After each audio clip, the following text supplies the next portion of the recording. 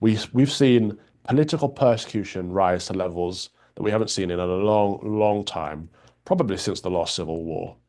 And so we had Bernie Sporoff, a friend of mine, got arrested. The police turned up at her door. Um, you can see an interview with me and her on Dan Wootton's show, Outspoken. Um, they turned up at her door, they intimidated her, they dragged her off, they told her she'd never see her dog again. They were just awful and wicked. Why? Because she retweeted a rumor that was going around about the attacker. And she said, if this is true. So she didn't say it was true. It wasn't disinformation. It wasn't even misinformation. She just asked a question, really, or put out a statement with a caveat. But it was something that the establishment didn't want out. And this is going to become a growing issue as the establishment try to censor conversations that we're having now on a platform that they no longer have control over. Because we know the government has had control, all governments have had control over Facebook, Instagram, Twitter. But now that Twitter is gone and we have X under someone who believes in free speech, the back door that the government had is no longer available to them in the same way. And so we're going to see more persecution of this degree. But Bernie was arrested. 30 other people were arrested. And if we pull up, I found an article in the BBC because I think if your enemy is talking about this, if the people on the bad side are even talking about this, then there has to be some truth in it. This is an article by Marina, what's her name, Sporeng or whatever. If we scroll down, Mariana Spring, awful liberal woman, just one of these people who say she's about disinformation, misinformation, all that stuff. But she said 30 people were arrested and over half of those were charged. And this is over Facebook, Twitter, Instagram. This is over social media posts. Basically, people sharing information. But why were people sharing information? That's the question our establishment don't seem to ever ask. Well, it's because we don't have information. They aren't giving it to us. And when I say the establishment, I mean our politicians, I mean the police forces, and I mean the mainstream media. So when three British girls were stabbed, and this was just one incident amongst many, of course, there were all kinds of things kicking off this year, including loads of Mohammedans going out and burning buses and tipping over police cars and all kinds of activities. The British people have had enough. But when three British girls get murdered, and we don't know who did it, why they did it, we don't know any of the circumstances, people get rightly angry. That's a righteous indignation. And so if people aren't being given information from trusted sources, people will share information themselves. They will spread information. Of course, rumors will get out there. Mis or disinformation will get out there. But this is what happens when you try to censor the truth. And so the answer should be to give us more information, to give us the truth, to be transparent. But we don't live in a society that is transparent at the moment. And so Bernie got arrested, 30 other people got arrested. More than half of those have been charged.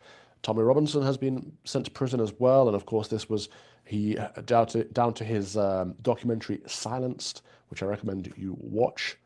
Over 50 million people have watched it, and he just laid out the truth. And you can make your own mind up. Even if you think he's a far right bigot or a racist, whatever, watch it for yourself, and then make your own mind up.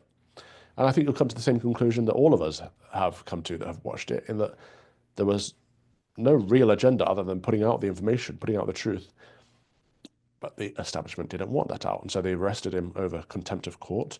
They tried to use Terrorism Act charges and all kinds of nonsense to get their own way. It's a corrupt state. Our state is a corrupt state. And so that's what the state of the United Kingdom right now.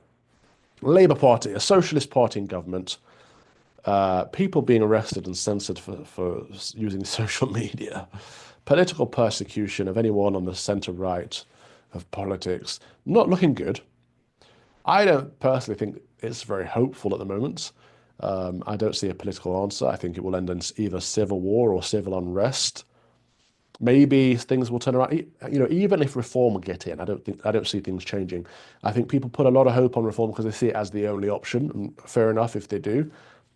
But I honestly think if Nigel Farage gets in as the Prime Minister, we'll see it will be pretty similar to if it was Suella Braverman, Kemi Badenoch, anyone who you see on the right of British politics. There'll be a lot of good rhetoric. Not a lot will change. The mechanisms are difficult. The whole thing needs smashing apart. The swamp literally needs draining. You know, the Home Office would not allow someone like Nigel Farage to do anything. Illegal immigrants won't get sent home. Criminals won't get deported. The Home Office, the Foreign Office will work against him. The civil service are corrupt and complicit. So even if he was strong enough, which I don't believe he is, in all honesty, but even if he was, the mechanisms are against him. The machine is against him. So honestly don't think anything will change politically. And so the question then is, what will change, or how can we change things? And the answer is spiritually. We have to pray. And I know people who aren't Christian will say, yeah, that's all well and good, but nothing happens. Like, it's not just about asking God to do things. It's not just about asking him to change things. It's about changing ourselves. And so if we are of a prayerful mentality, we're asking how we can make a difference. And that's the best way. Like, what can I do? Not what can that person do over there. And if we all make a small contribution, those small contributions add up, and that's how we change our country, by changing our mentality, changing our attitude, and remembering that we, as the so-called silent majority, are the majority. We are bigger than the small vocal minority, bigger than the establishment, bigger than the elite, bigger than the 1%. We are the power. Thank you for watching my Common Sense Crusade. If you'd like to watch the whole show, you can subscribe to lotuseaters.com for as little as £5 per month, and then you get access to a bank of content as well. My show is 3 p.m. every Thursday. See you there. Deus Vult.